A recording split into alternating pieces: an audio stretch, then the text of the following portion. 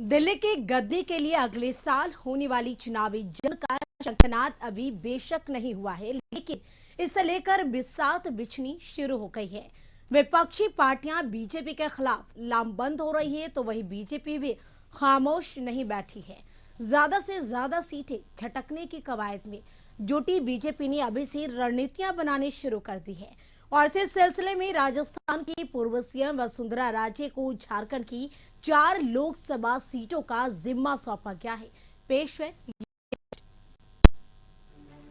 झारखंड में कुल 14 लोकसभा सीटें हैं।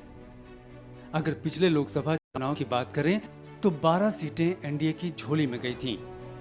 2 सीटें महागठबंधन के पास हैं। इस बार भाजपा की प्लानिंग झारखंड की 14 लोकसभा सीटें जीतने की है। बीजेपी को पार्टी के सबसे बड़े चेहरे पर भरोसा है।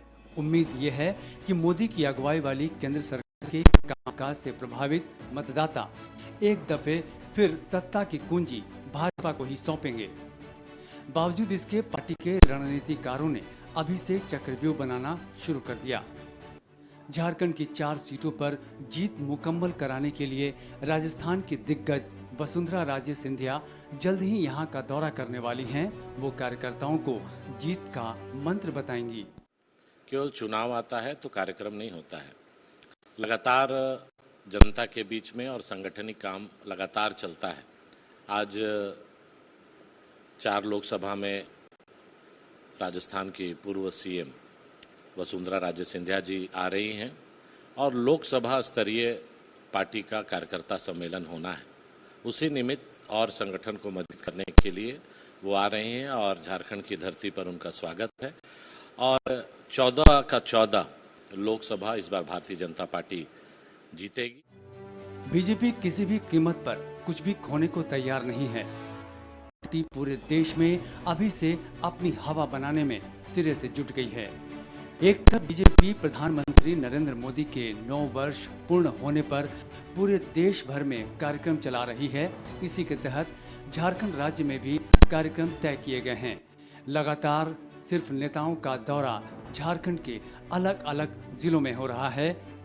कई तरह के कार्यक्रम तय किए गए हैं, जिसके माध्यम से लोगों से जुड़ने का प्रयास किया जा रहा है।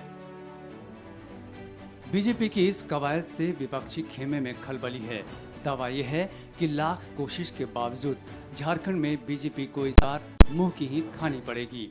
देखिए, हमारी पार्टी सभी सीटों पर, माननीय मुख्यमंत्री जी जिस तरह से काम कर रहे हैं जनता के लिए, उसे मुझे नहीं लगता कि अलग से तैयारी की जरूरत है। तैयारी क्या है, राजनीति क्या है, समाज सेवा है, जनता के लिए काम करना है, उनका काम ही बोलेगा और मुझे नहीं लगता कि उसके लिए अलग से तैयारी की ज़रूरत है। ठीक है, कार्यकर्ता अपना संगठित होते हैं, वो मेहनत करते हैं, लेकिन माननीय मुख्यमंत्री जी के काम को देखते हुए जनता खुद ब खुद उनसे जुड़ रही है। झारखंड में महागठबंधन की सरकार है। राज्य की कुल 82 सीटों में से 30 झारखंड मुक्ति मोर्चा के पास है। कांग्रेस के पास 18 सीटें हैं, तो वहीं CPI-ML और RJD एक-एक सीट पर काबिज है। दूसरी ओर भाजपा के पास 26, आजसू के पास 2, तो वहीं 2 सीटें निर्दलीय विधायकों के पास हैं।